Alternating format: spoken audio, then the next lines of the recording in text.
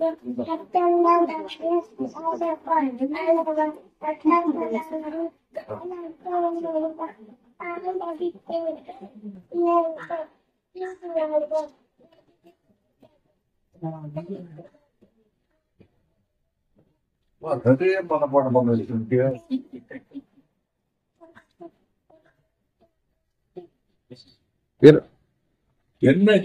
Time சொல்லு எனக்கு தெரியல.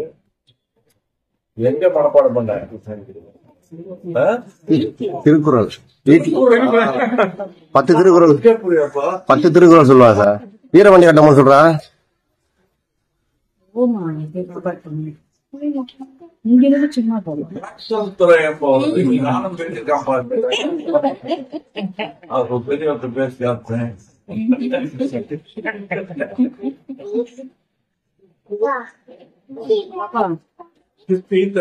வட்டி வேடிக்கை வேடிக்கை வேடிக்கை வட்டியா 4வது தலைமுறை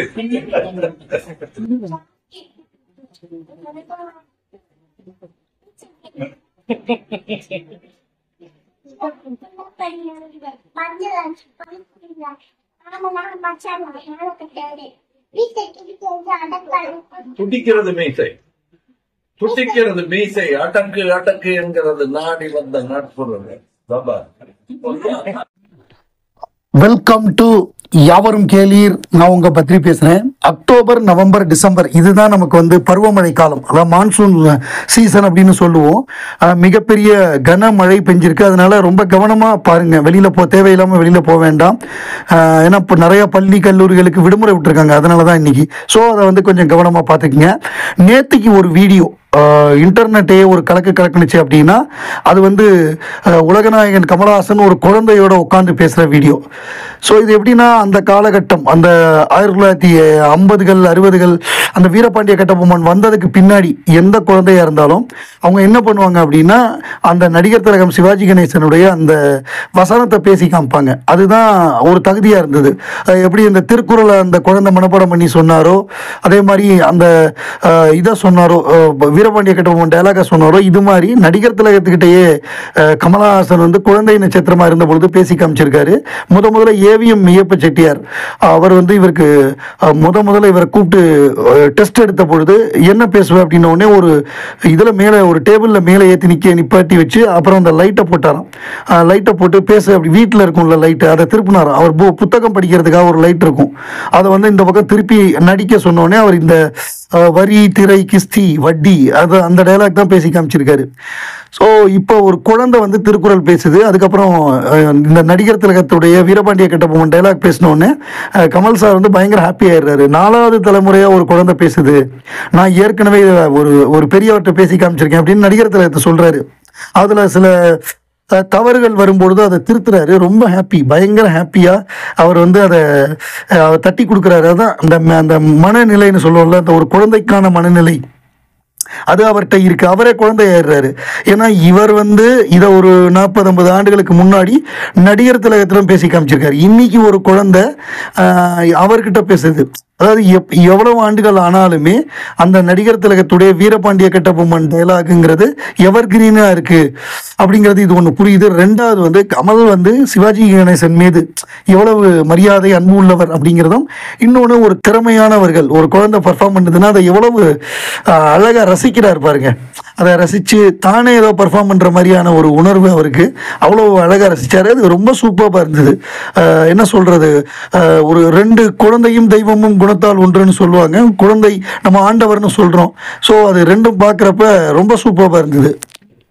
ஏக் தூஜே கேலியே மிகப்பெரிய ஒரு வெற்றி படம் அமைஞ்சதுங்கிறது நம்ம எல்லாருக்குமே தெரியும். அந்த படத்துடைய ப்ரிவியூ, அந்த படம் ரிலீஸ் ஆனதுக்கப்புறம் உள்ள காலகட்டம் அப்படிங்கிறது ரொம்ப சூப்பரான காலகட்டம். ஒரு தமிழ்நாட்டிலிருந்து ஒரு கதாநாயகன் தெலுங்குக்கு போகிறாரு, கன்னடத்துக்கு போகிறாரு, மலையாளத்துக்கு போகிறாரு. அதாவது மலையாளத்தில் முதல்ல கலக்கிட்டு தான் இங்கே வராரு. அவருடைய படம் மரோச்சரித்ரா மாபெரும் வெற்றி பெறுது. அது கே பாலச்சந்தர் தான் அங்கே கூட்டு போகிறாரு மரோச்சரித்ரா. அந்த மரோச்சரித்ராவை ஹிந்தியில் எடுக்கிறாங்க. LV Prasad producer. ஸோ இந்த படம் ப்ரிவியூ போடுறப்ப கே பாலச்சந்தர் வந்து இங்கே மெட்ராஸில் இருக்காரு, சென்னையில் இருக்காரு. அவருடைய அசிஸ்டண்டான சுரேஷ் கிருஷ்ணா அங்கே இருக்காரு. அங்கே மிகப்பெரிய ஒரு ப்ரிவியூ. ராஜ் கபூர்லாம் வந்திருக்காரு, ராஜ் கபூர் எல்லாம் உட்காந்துருக்காங்க. நைட்டு 1 மணிக்கோ என்னமோ படம் முடியுது. ராஜ் கபூர் அந்த படத்தை பார்த்துட்டு, ஏன்டா அந்த கதாநாயகியும் கொன்னீங்க, பாலச்சந்தர்கிட்ட நான் சொன்னேன்னு சொல்கிறா, முடிவு வந்து ரொம்ப ஹாப்பியாக இருக்கணும், என்னால் தூங்க முடியாது போயின்னு சொல்லி ரொம்ப, அதாவது ப்ரீவியூ முடிஞ்சதுக்கப்புறம் அந்த லிக்கர் பார்ட்டி இருக்கும்ல, அந்த லிக்கர் பார்ட்டி முடிஞ்சு ரொம்ப வருத்தப்பட்டாராம். திருப்பி திருப்பி சொல்லிக்கிட்டே இருந்தாராம். இவர் 1 மணிக்கு போய் ஃபோன் பண்ணியிருக்காரு. அப்போ இப்போ இருக்கிற மாதிரிலாம் ஃபோன் கிடையாதுல்ல. ஸோ அப்போ அந்த காலத்தில் போய் அவருக்கு பாலச்சந்தர் வீட்டுக்கு லேண்ட்லைனுக்கு கூப்பிட்டுருக்காரு. உடனே என்ன சுரேஷ், ப்ரிவியூலாம் முடிஞ்சதா, எல்லாம் என்ன சொல்கிறாங்க அப்படின்னோடனே, சார் எல்லாம் நல்லா இருக்குங்கிறாங்க, ஆனால் இவர் ராஜ் கபூர் மட்டும் அந்த கிளைமேக்ஸ் வந்து என்னால் ஒத்துக்கவே முடியலை, அவ்வளோ அழகான ஒரு இளைஞன், அந்த இவங்க ஏன் கொன்னீங்கன்னு திருப்பி திருப்பி ஒரு 4-5 தடவை சொல்லிட்டாரு. நான் சொன்னேன்னு பாலச்சந்தர்கிட்ட சொல்லு, அந்த கிளைமேக்ஸை மாற்ற சொல்லு. எங்கே பாலச்சந்தர்னு கேட்டார். நான் வரல சார் அப்படின்னேன். அவர் வந்து இது மாற்ற சொல்லுன்னு சொல்லி கண்டிப்பாக சொல்லிட்டு போயிட்டாரு அப்படின்னாரு.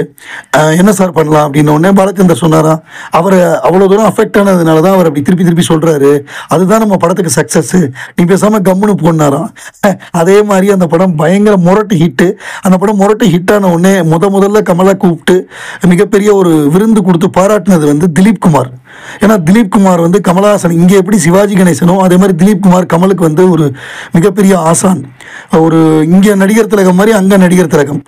அவர் கூப்பிட்டு பாராட்டி நீ பயங்கரமாக கலக்குவ அப்படின்னு சொல்லி அவர் பாராட்டினதுங்கிறது ரொம்ப ஒரு பெருந்தன்மைக்குரியது. ஏன்னா மற்ற ஹீரோலாம் பயந்தாங்க. மற்ற ஹீரோலாம் என்ன தெரியுமா சொன்னாங்க, நீங்கள் அங்கேயே போயிடு, சென்னைக்கே போயிடு, நீங்கள் நடிக்காத, நாங்கள் ஜிதேந்திரா மாதிரி அமிதாப் பச்சன் மாதிரி அதெல்லாம் பயந்தாங்க, நடுங்கினாங்க கமலை பார்த்து. பட் திலீப் குமார் அவர் எப்பொழுதுமே பெருந்தன்மை உள்ளவர். அவர் வந்து ஒரு கமலஹாசன் ஏன் அவரை மதிக்கிறாருங்கிறது இப்போ நமக்கு புரியுது. அங்கே கூப்பிட்டு ஏக்கு ஜேக்கலியே படத்தை பார்த்து கட்டி பிடிச்சி பாராட்டி அவங்க ஃபேமிலியோடு வந்து மிகப்பெரிய ஒரு டின்னர் கொடுத்து அவரை பாராட்டியிருக்காரு. ஸோ இதெல்லாம் ரொம்ப ரேராக ஹிஸ்ட்ரியில் நடந்த ஒரு மலரும் நினைவுகள்னே நம்ம வச்சுக்கலாம். 1983 நவம்பர் 4 தீபாவளிக்கு வெளிவந்த திரைப்படம் தூங்காதே தம்பி தூங்காதே. இந்த திரைப்படம் அந்த தீபாவளிக்கு வந்த எல்லா படங்களையும் நடிகர் திலகம், சிவாஜி கணேசன், ரஜினிகாந்த் படங்கள் எல்லாம் அடித்து தூக்கி அடித்து மாபெரும் வெற்றி பெற்ற படமாக அமைஞ்சது. 275 நாளைக்கு மேலே ஓடி ஒரு மாபெரும் வெற்றி படம். வசூலில் புதிய சாதனை புரிந்தது. கிட்டத்தட்ட சகலகலா வல்லவன் வசூலை தொடுற அளவுக்கான பல ஏரியாவில் மிகப்பெரிய வசூல் சாதனை புரிஞ்சதுன்னா அது சும்மா கிடையாது. புரட்சித் தலைவர் எம்ஜிஆர் வந்து நாடாடு மன்னனுக்கு அப்புறம் ஒரு படத்துக்கு தூங்காதே தம்பி தூங்காதே அப்படின்னு டைட்டில் வைக்கலான்னு இருந்தார். ஆனால் அவர் வைக்கல.